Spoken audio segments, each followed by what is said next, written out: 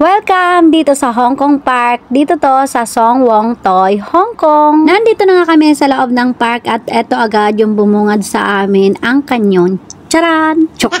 Ganda rin ang park na to dito sa Song Wong Toy. Napakalinis at napakatahimik. At higit sa lahat, hindi masyadong matao o nagkataon lang talaga nang pumunta kami rito ay hindi masyadong matao. Kung titingnan mo naman yung mga nakapaligid dito or nandito sa paligid namin ay para ka nasa panahon ng Kastila kung susumahin at kung nandiyan tayo sa Pinas. Pero dahil wala naman ako dyan sa Pinas ay hindi ko alam ang tawag nila dito. Kaya naman nagpalakad-lakad na lang ako para mahanap ko ang kasagutan sa tanong ko.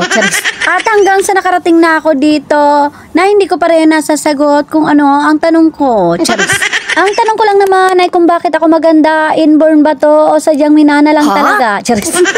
Kita nyo ba yarn? Hindi ko alam ang tawag dyan. Kaya naman bago ako maloka sa kung ano ang mga tawag na nasa paligid namin ay eto na nagsisimula na naman ang pagtitiktok namin. At dahil solong-solo namin tong lugar na to at wala nga masyadong maraming tao ay talaga namang for the TikTok ang mga first song. At habang inaayos naman ni Sis Weng ang video ay eto kami ni Design nagtuturoan na naman at tinuturuan niya na naman ako. Sige, isang step nga lang kami dito pero nakailang practice pa ang ginawa ko dito bago ko makakuha pero hindi ko pa rin talaga nakuha. At dahil wala naman kaming hinahabol na oras ay eto nga pinag-iigihan ko ang pagpapractice ko.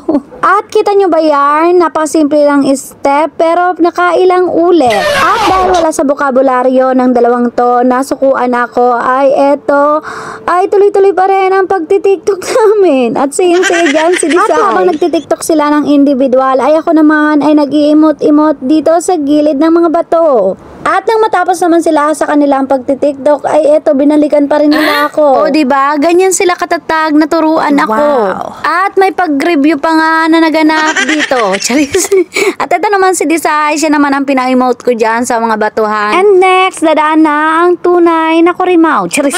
At sa buhay, hindi lang laging puro trabaho. Mag-explore ka din at lumabas ka dyan sa mundo mo. Mas marami pang magagandang bagay ang pwede mong matamo. Charis. Habang marami ka nakikita sa paligid mo ay mas maraming alaala ang madadala mo sa pagtanda mo.